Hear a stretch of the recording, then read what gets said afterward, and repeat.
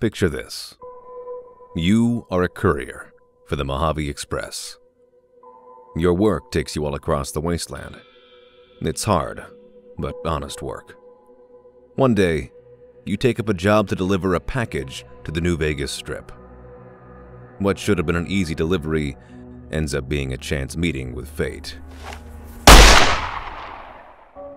You're left in a shallow grave, buried and bleeding, only to be saved by the goodwill of strangers. This is your turning point, the moment in which your life changes forever. When you arise from what should have been your deathbed, you make your way across the breadth of the Mojave, killing scores of raiders and hired guns, blazing a trail of swift justice in your path. What began as a simple journey of revenge thrusts you headfirst into deciding the fate of the Mojave for years to come. You travel to the most remote of old-world casinos, pulling off heists 200 years in the making. You walk the near-endless trails of Zion Canyon and traverse the deepest pits and chasms of the Big Empty. You even brave the harsh terrain of the Divide, raining down atomic fire on both Legion and NCR alike. You've seen the worst the Mojave can offer, and walked away from it, stronger. All that's left is the second battle of Hoover Dam. Live a life half that interesting, and it'd be hard not to think that you're unstoppable too. The courier must have felt that exact way when he finally journeyed to the Hoover Dam.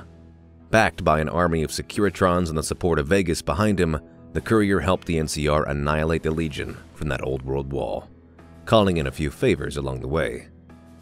Inevitably, the courier came face to face with the only remaining leader the Legion had, the legate, Lanius.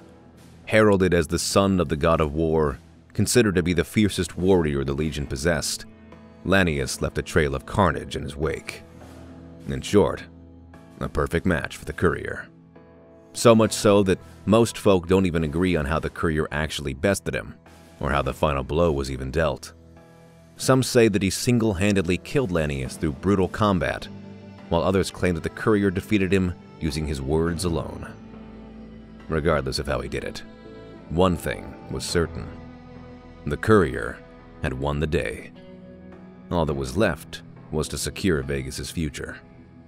After the fighting ended and the NCR marched into the legate's camp, they met face to face with the courier. What was meant to be a simple congratulations quickly turned sour, as it was made clear that they were no longer welcome there. The courier reasoned that neither the Legion nor the NCR should have access to the dam, and that, alternatively, it belonged to Vegas. Under threat of death by Securitron, General Lee Oliver, the highest-ranking official at the dam, had no other choice but to turn tail and leave. Promising the courier that this wasn't the end, he and his men walked all the way back to California, spreading news of their humiliation. Once again, like so many times before, fortune had smiled upon the courier. For a time, there was an uneasy peace. The courier had brought about his dream of making Vegas an independent state in the wastes, free from persecution or oppression by a corrupt government. Having destroyed the Long 15 and expelled their forces from Hoover Dam, the courier was sure that he had seen the last of the NCR in the region. From here on out, Vegas would truly live up to its name as the oasis in the wastes. At least, that was his dream. The courier's entire life up to this point had been one constant gamble, and unfortunately for him, his luck had finally run out. Making good on General Lee's promise, the NCR returned to launch an all-out assault on the courier, not long after their initial loss. Retaking the dam and moving into the slums of Vegas, the NCR waged a hard-fought battle against the Securitrons in the surrounding areas, seemingly bringing the whole might of California behind them. They made short work of the courier's forces, taking Vegas for themselves and forcing the courier to abandon the city. From that point on, he was a terrorist and was to be hunted with extreme prejudice. What was meant to be the beginning of Vegas' golden age came to a grinding halt. His dream became a waking nightmare, as for the first time since Goodsprings, the courier had truly lost. What followed were years of hiding and evasion. The Courier was a wanted man, and the NCR seemed to spare no expense in trying to take him down. Numerous hit squads were sent out into the wastes in search of the Courier, each more dangerous and eager to kill him than the last. Not that any of them ever returned. The Courier's exile gave him plenty of time to think, to consider what he had done and how things had fallen apart. As time went on, the Courier developed a maddening hatred for the NCR, seeing them as the sole root of all his problems. It was them who had taken Vegas away from him, them who had made all his travels and choices mean nothing. This hatred began to manifest itself more and more as the Courier fought off the NCR assassins. What was once self-preservation became indiscriminate carnage. Not only would the Courier kill his pursuers, he would desecrate their corpses to leave as warnings for any other NCR troops looking to claim the price on his head. In time, the Courier was motivated by only one emotion: hatred. Take a trip to Meade Canyon, and you can see the full extent of that hatred. The place is a veritable no-man's land, complete with booby traps, landmines, and the last few messages the Courier ever delivered. It's likely this is where he spent the many years after his exile from Vegas, though he would not stay there forever.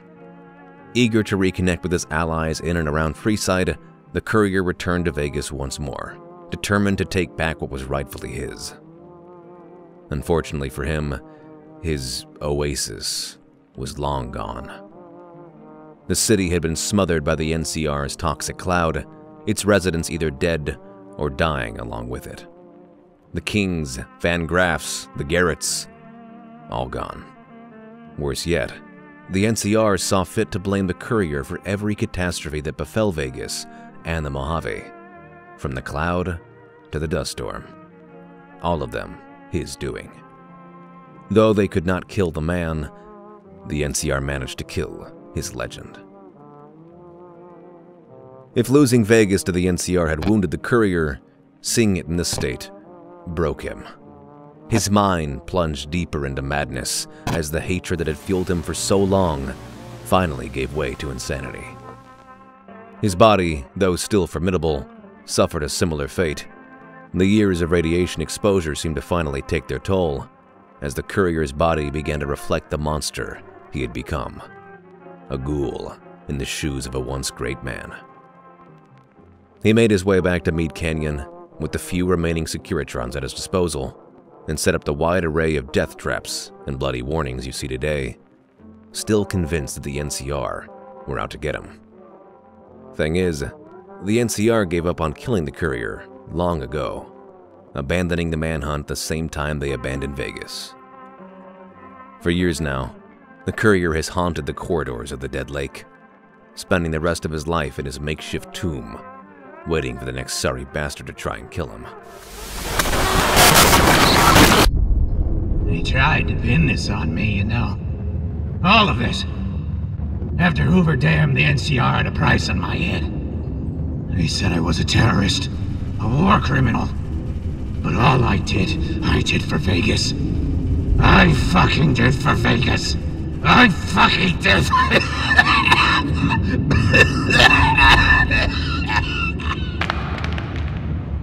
The price for a head. And now you've come to pay it.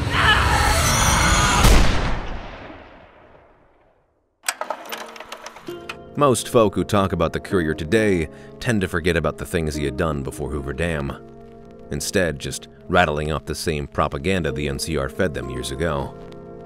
In truth, his story isn't nearly as black and white as that.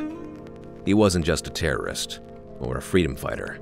He was a courier, one who walked the many roads of the Mojave and paid the ultimate price. The roads he walked helped shape him into the man he is today. That is, if you could still call him a man. Through great triumph and resounding defeat, the Courier's road made one thing clear. Anyone's luck can change in an instant, whether you're in Vegas or not. No matter how altruistic or evil one man is, no one is ever truly unstoppable. And as for the Courier, well, his road ended a long time ago. Just a matter of time until he finally realizes it. Maybe If the Courier had never been run out of Vegas, things would have been different. Maybe his pipe dream of making Vegas an independent power in the Mojave could have actually come true. Maybe. In the end, we'll never truly know. Perhaps someday in the future, some other motivated individual will come around and rebuild Vegas into something the Courier will be proud of. After all, it's not the first time someone would have made something great from the Courier's mistakes. Take the Divide, for example. What was once a nuclear hellscape has become a bustling little community in years past, accepting strays from the Mojave with open arms. But that is a story for another day.